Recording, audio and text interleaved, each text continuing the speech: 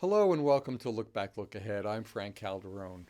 Last week, ending October 7th, it was a roller coaster week for stocks as investors continue to try and cope with inflation, rising interest rates, and our overall economy.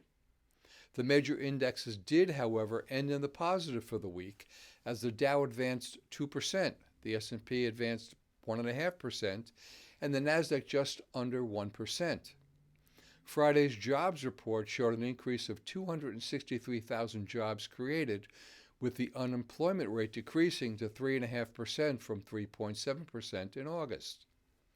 The September jobs report is good for economic activity, but not good for the Fed's intentions of cooling our economy to cool down inflation by rising interest rates.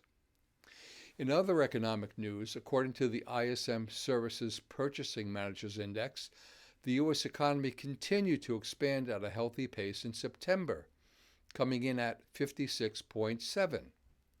The ISM Manufacturing Index declined more than expected to 50.9, which is the lowest level since May of 2020.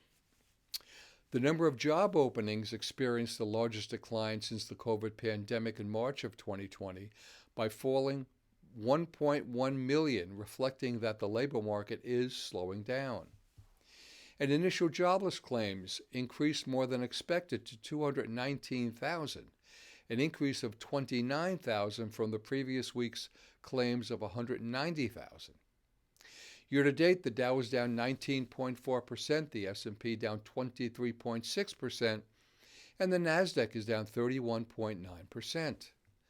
The yield on the 10-year U.S. Treasury bond is 3.89%.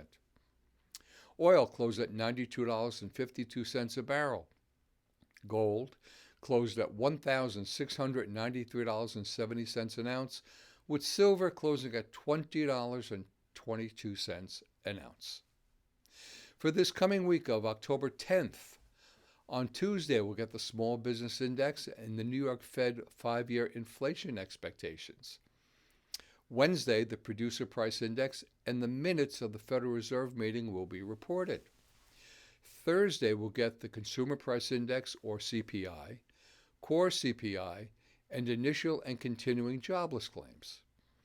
The Consumer Price Index, or CPI, is a weighted average of the prices for a basket of goods and services paid by the consumer. Core CPI is CPI less food and energy. And on Friday, retail sales, the Import Price Index, business inventories, and the University of Michigan Consumer Sentiment Index all will be reported.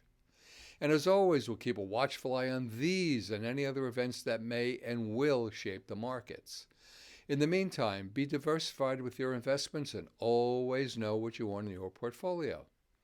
If you have any questions pertaining to your portfolio or anything you've heard in this video, give me a call. This is Frank Calderone from Raymond James in New York. Have a great week. Be well, stay safe, and remember, always look ahead.